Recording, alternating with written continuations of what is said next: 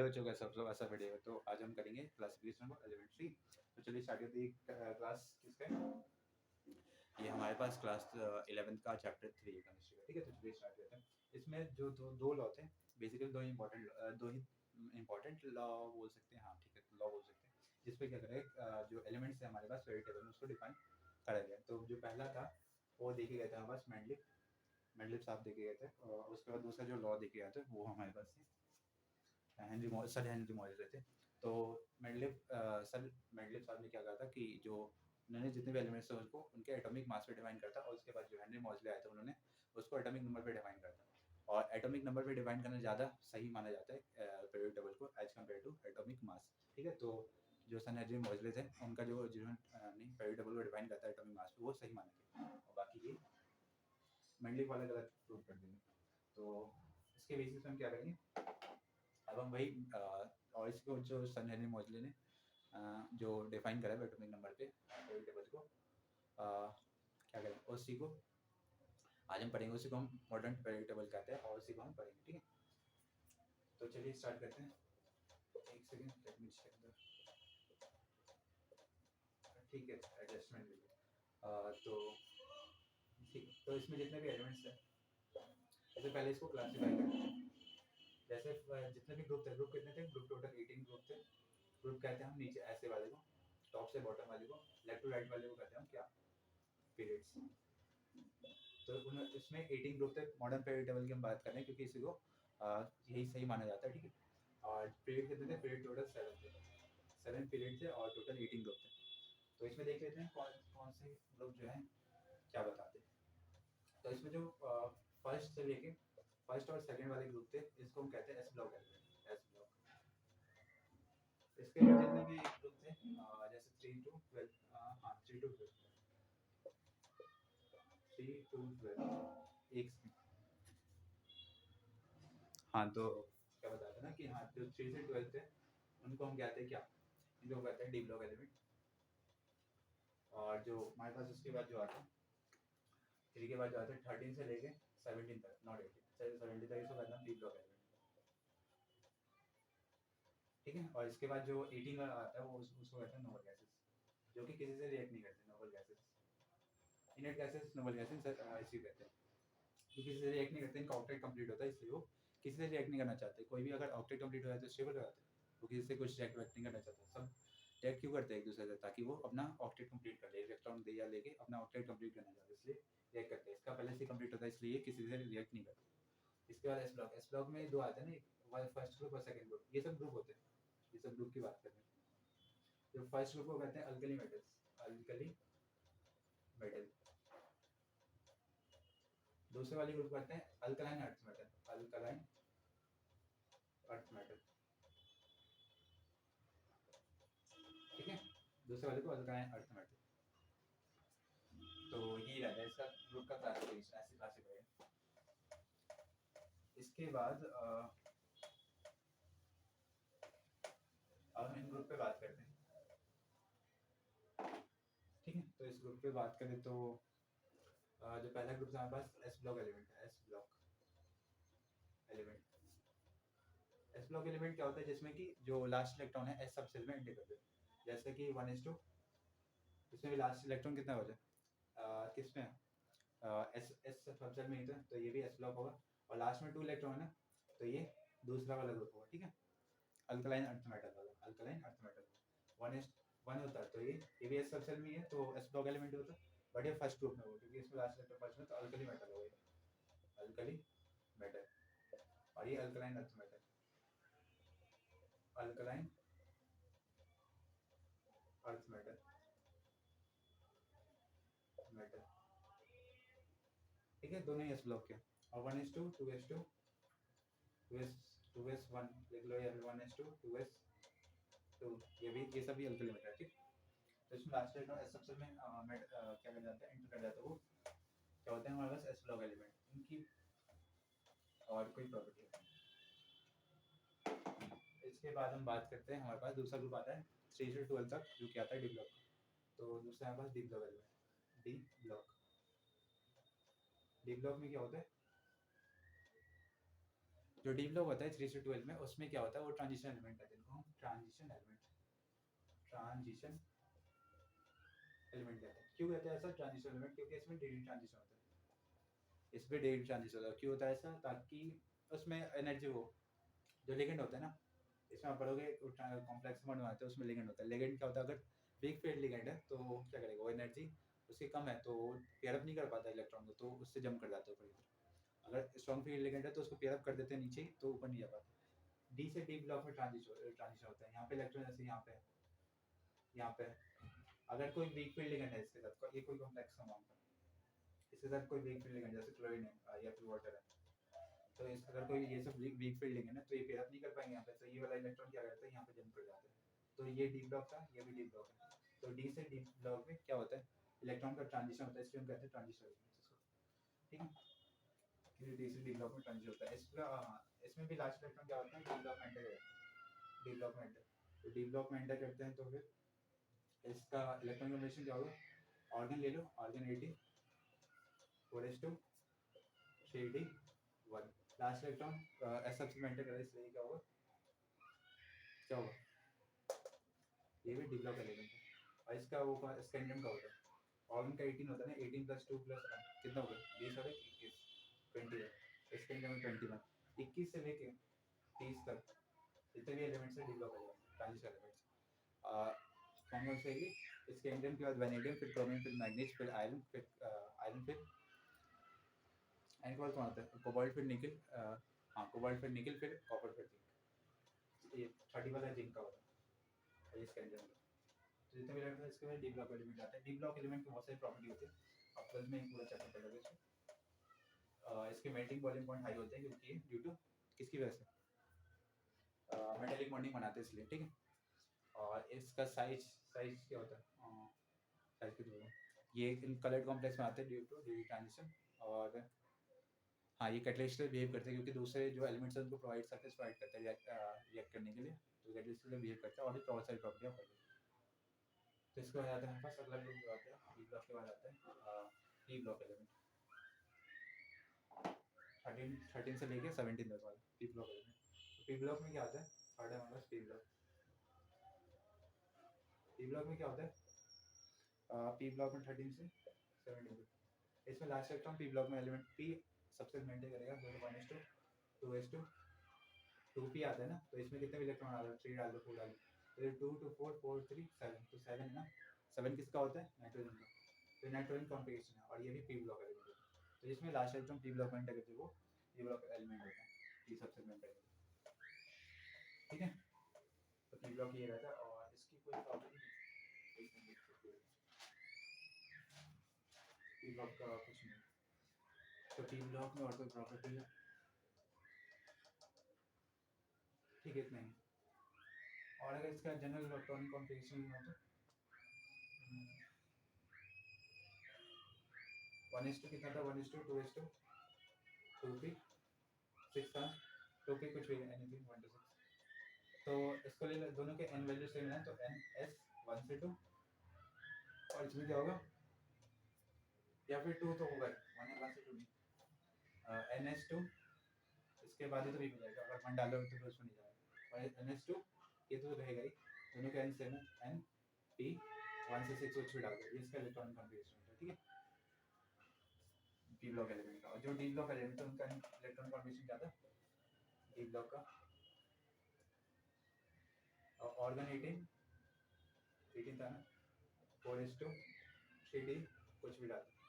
ठीक है, तो इसको तो हटा दो, इसका ये वाला क्या है, अगर इसको n ले लोगे तो ये n-1 होगा, तो ns2 होगा, और ये n-1 d की पावर 1 से 10 कुछ भी, तो इसका जनरल इलेक्ट्रॉनिक कॉन्फ़िगरेशन होता है। ठीक है, इसके बाद जो एक और था ना एस ब्लॉक का, एस ब्लॉक का इलेक्ट्रॉनिक कॉन्फ़िगरेशन देखेंगे, तो एस ब्लॉक का क्या होता है, एस ब्लॉक में क्या हो जाता है, और जैसे 1s2, हाँ तो इसमें कुछ कर दो, ns 1 से 2 दे दो। ठीक है, ये हो जाएगा एस ब्लॉक का कॉन्फ़िगरेशन। ठीक है, ये सबकी electronic configuration, general electronic configuration.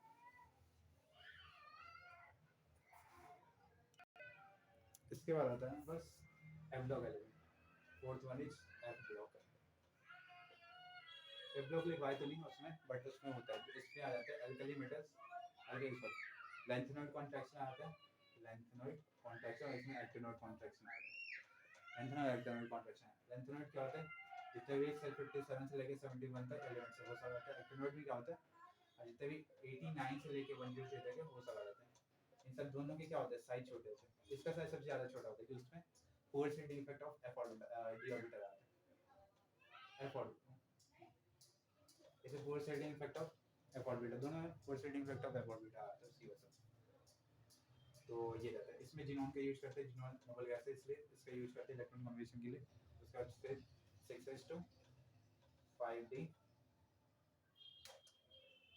6s2 5d something, उसके बाद 4f ये होता है, ठीक है। तो डी में कितने जाते हैं, उसके बाद ऐसे करते हैं। और इसमें क्या होगा, रेडॉन, इसका होता है 54, उसके बाद रेडॉन आता है, रेडॉन 88 होता है इसका। उसके बाद 7s2 5d 4f, इसमें कितना जाता है 1 से 10 तक, कितना जाता है 1 से 14 तक, बता सकते हैं कितने जाते हैं 1 से 10 1 से 14। बट इसमें कुछ होते हैं 1 से 2 तक जाता है, इसमें 1 से 0 से 1 ऐसा कुछ जाता है, इसमें 0 से 1 रहता है इसमें, और 1 से 2 ऐसा कुछ है, तो आप देख लीजिए। इसके बाद जो आता है हमारे पास एब्लॉक एलिमेंट, तो एब्लॉक एलिमेंट होते हैं इसमें लास्ट इलेक्ट्रॉन किसमें जाए, एब्लॉक एलिमेंट में एंटर कर देते हैं, last electron enter into the F orbital, तो ये रहता है। उसके बाद जो हमारा आता है आयनिक रेडियाई, आयनिक रेडियाई या फिर रेडियाई या फिर एटॉमिक साइज, एटॉमिक साइज, ठीक है। तो आयनिक रेडियाई में क्या होगा, जैसे कोई भी चार्ज है, सोडियम है, इस एक इलेक्ट्रॉन ले लेगा, 1 इलेक्ट्रॉन ले टिक कर लेगा, या फिर 1 इलेक्ट्रॉन लूज कर देगा, लॉस लॉस करेगा तो Na प्लस आ जाएगा, ले लेगा तो Na माइनस आ जाएगा। इसमें प्रोटॉन कितने हैं, प्रोटॉन 11 ही है, एटॉमिक नंबर ही प्रोटॉन होता है इसमें। और इलेक्ट्रॉन कितने हो गए, यहाँ प्रोटॉन कितने हैं 11, यहाँ प्रोटॉन 11, यहाँ पे इलेक्ट्रॉन कितने हो गए 11 इलेक्ट्रॉन, यहाँ पे भी 11 ही है, यहाँ पे इलेक्ट्रॉन एक लूज कर दिया तो 10 हो गए, यहाँ पे इलेक्ट्रॉन लूज कर दिया ले लिया तो 11 से 12 हो गए। इफेक्टिव न्यूक्लियर चार्ज क्या होता है, इफेक्टिव न्यूक्लियर चार्ज ये होता है number of proton upon number of electron, ठीक है। तो अगर इफेक्टिव न्यूक्लियर चार्ज आता है, न्यूक्लियर के पास पावर ज़्यादा है तो ज़्यादा इलेक्ट्रॉन खींचेगा तो साइज से छोटा जाता है, और उसके पास चार्ज इफेक्टिव न्यूक्लियर चार्ज कम है तो कम खींच पाएगा इलेक्ट्रॉन को अपनी तरफ, तो उससे साइज क्या होगा और बढ़ जाता है। तो इसमें देखो तो प्रोटॉन और इलेक्ट्रॉन तो 11.2 है, ये 1 से छोटा आएगा, 0.9 के आसपास 1 से छोटा आएगा, और यहाँ पे देखो तो 1 ही आ जाएगा, और यहाँ पे देखो तो 11 डिवाइड बाई 10, ये 1 से ग्रेटर आएगा, ग्रेटर देन 1। तो इसका न्यूक्लियर चार्ज ज़्यादा है, इसका न्यूक्लियर चार्ज 1 है, एक न्यूट्रल है, और यहाँ पे क्या है 1 से छोटा है, तो इसका साइज, इसका इफेक्टिव न्यूक्लियर चार्ज कम है, इसका इफेक्टिव न्यूक्लियर चार्ज, इसका इफेक्टिव न्यूक्लियर चार्ज, इसका इफेक्टिव न्यूक्लियर ज़्यादा है, इसका न्यूट्रल है, इसका 1 से कम है, तो ये इसका कम है तो ये कम खींच पाएगा तो इसका साइज बड़ा जाता है, ज़्यादा खींच पाएगा ज़्यादा है तो पावर, तो इसका साइज छोटा जाता है। तो इसका Na प्लस का साइज छोटा होता है एज कम्पेयर टू Na, और उससे छोटा होता है, उससे बड़ा होता है उसका Na माइनस का साइज। तो कैटायन का साइज छोटा होता है अपने न्यूट्रल से, उस और उसका साइज छोटा होता है अपने एनायन से, ठीक है। तो ऐसे रहता है ट्रेंड, ठीक है। तो इसके बाद आता है हमारे पास जो टॉपिक है नेमिंग कर लेते हैं। इसके बाद नेमिंग में क्या आ जाएगा, एलिमेंट्स की नेमिंग कर लेते हैं, एलिमेंट्स की नेमिंग, एलिमेंट नेमिंग ऐसे कि 1 0 के लिए करते हैं मेन यूज, 1 के लिए अन, 2 के लिए बाई, 3 के लिए ट्राई, 4 के लिए क्वाड, 5 के लिए पेंट, 6 के लिए हेक्स, 7 के लिए सेट, 8 के लिए ऑफ, 9 के लिए इन, ऐसे यूज करता है। ऐसे कोई भी एलिमेंट है 1 0 1 है, इसके नेमिंग करनी है तो कैसे करें, 1 के लिए अन, 0 के लिए नील, और 1 के लिए फिर अन, अननील अन, और लास्ट में ईएम लगा देते हैं, IU, ठीक है। ऐसे 1 1 1 क्या करना है, तो अन 1 के लिए अन, फिर 1 के लिए अन, फिर 1 के लिए अन, लास्ट में ये हम लगा देंगे। 1 1 8 क्या करना है, लास्ट एलिमेंट है जो कि अपने ग्रुप का पूरा, तो ऐसा करना है। तो 1 के लिए अन, 1 के लिए फिर अन, और 8 के लिए क्या करते हैं, ऑप्ट, 1 1 ऑप्ट ये, ऐसे करते हैं। इसका शॉर्ट फॉर्म में लिखना तो क्या होगा, इसका यू आ जाएगा, इसका फिर यू आ जाएगा, अच्छा नहीं लेना तो एन आ जाएगा इसका,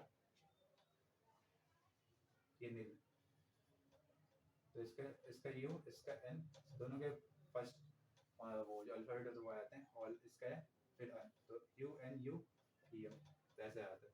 इधर फिर यू यू यू, ऐसे आ जाता है, ठीक है। तो ये रहती है नेमिंग। इसके बाद नेमिंग की बात करते हैं, अभी देख लीजिए। हाँ, iso electronic iso electronic species. Iso electronic species क्या होता है, जिसमें आइसो का मतलब सेम, सेम, इलेक्ट्रॉनिक का मतलब इलेक्ट्रॉन, स्पेसिस का मतलब ग्रुप, तो ऐसे ग्रुप जिनके पास सेम इलेक्ट्रॉन, जैसे कि न्यून ले लो, इससे पहले वाले ले लो फ्लोरीन, इसमें एक इलेक्ट्रॉन बढ़ा दो, क्योंकि इसमें 9 होता नहीं, 10 चाहिए तो इसमें 10 होता है, एक और एक इलेक्ट्रॉन गेन करवा देगा, माइनस में O2 माइनस का हो जाएगा, इसमें Na plus Mg plus 2 plus, इसमें इलेक्ट्रॉन लूज करेंगे तभी इससे बराबर हो पाएंगे, इसमें 2 करेगा तभी हुआ, 1 करेगा तो हुआ, एल्यूमिनियम 3 ऐसे होता है। सबके पास केवल 10 electron 10 electron 10 electron 10 electron 10 electron 10 electron, तो ऐसे स्पीशीज, ऐसे ग्रुप जिनके पास सेम नंबर ऑफ इलेक्ट्रॉन होता है। इसमें साइज किसका बड़ा होगा, कैटायन का साइज हमेशा छोटा होता है ना, तो लेकिन अगले ग्रुप का है ना, हाँ,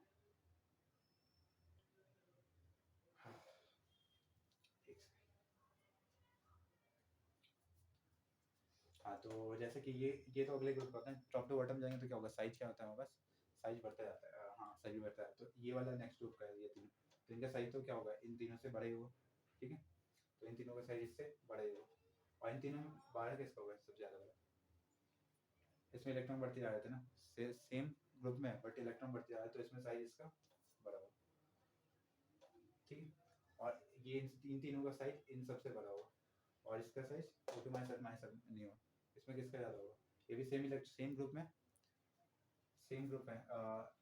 जो ज़्यादा इलेक्ट्रॉन क्या करता है, कैटायन में क्या होता है, जो ज़्यादा इलेक्ट्रॉन लूज करेगा वो उसका साइज क्या होता है, छोटा होता है, वो तो ज़्यादा इलेक्ट्रॉन लूज क्या होता है नहीं, तो उसका साइज और छोटा होगा, ये और छोटा होगा, ये और छोटा होगा, और इन तीन अगले ग्रुप के, इसलिए इनका इन तीनों का साइज इन सबसे तो बड़ा ही होगा, क्योंकि टॉप टू बॉटम इंक्रीज है, और ये सेम ग्रुप में सेम पीरियड में, तो इनका साइज क्या होगा, जो ज़्यादा इलेक्ट्रॉन गेन करेगा, एनाइंस है ना, एनाइंस में जितना ज़्यादा इलेक्ट्रॉन गेन करेगा उसका साइज उतना ही क्या होता है, बढ़ता जाता है, तो ये क्या होगा, इसका ज़्यादा होगा, फिर इसका, फिर इसके न्यूट्रल वाले का नहीं, इलेक्ट्रॉन हाँ ठीक है, न्यूट्रल वाले के बीच में आता है, तो इसका ज़्यादा होगा, फिर इसका, फिर इसका, तो ये कुछ ऐसे रहेगा, और कैसे, पहले जो सबसे ज़्यादा साइज होगा उसका सोडियम का प्लस का, उसके बाद होगा मैग्नीशियम का होगा, उसके बाद होगा एल्यूमिनियम का होगा, साइज हेड्रेन, उसके बाद आता है अपने पास, क्योंकि ये ज़्यादा इलेक्ट्रॉन लूज का है ना, तो इसलिए क्या होगा, इनके पास साइज और छोटा हो जाता है, और इन तीनों का साइज जो बड़ा होगा उसमें छोटे वाले अपने से नीचे ऊपर वाले ग्रुप से, तो ये सब इससे बाद होगा अपने पास किसका, न्यू ऑक्सीजन का होगा तो माइनस, फिर फ्लोरीन का होगा, और फिर होगा नियॉन का, तो ऐसे ट्रेंड रहता है atomic size, increasing order of atomic radius, ठीक है।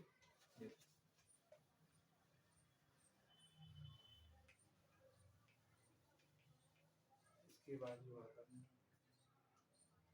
हाइड्रोजन,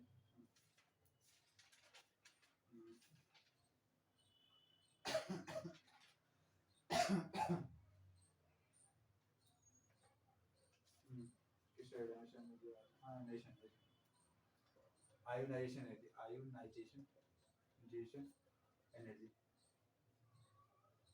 आयोनाइजेशन एनर्जी क्या होती है कि एनर्जी जिससे इलेक्ट्रॉन बाहर निकल जाए किसी भी आइटम से, the amount of energy required to remove an atom from isolated gases, किसी भी कोई भी इलेक्ट्रॉन है, कोई भी आइटम है, उसके पास ये इलेक्ट्रॉन है, इस इलेक्ट्रॉन को अगर इससे बाहर निकालना है तो इसको जितनी एनर्जी देनी पड़ेगी, एनर्जी उसी को कहते हैं आयोनाइजेशन एनर्जी, तो amount of energy required to remove an electron from an isolated gases atom, isolated gaseous atom क्या होता है, जो कि अपने पूरे कंपाउंड से क्रिस्टल लैटिस से अलग सेपरेट होता है। आइसोलेटेड का मतलब होता है सेपरेट।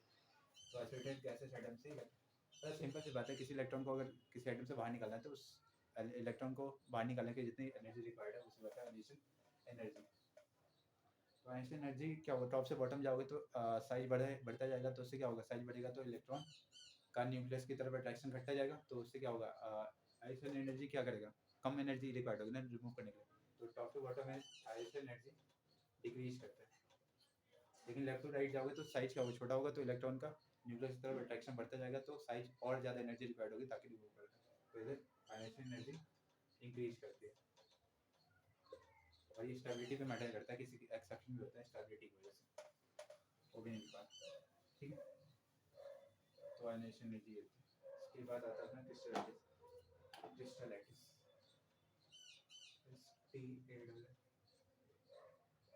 क्रिस्टलाइटिस क्या होता है, क्रिस्टलाइटिस होता है 3 डायमेंशनल स्पेस, मतलब कि जितने भी एलिमेंट है उन सबको एल्यूमिनियम एल्यूमिनियम एल्यूमिनियम एल्यूमिनियम इनको 3 डायमेंशनल स्पेस 3D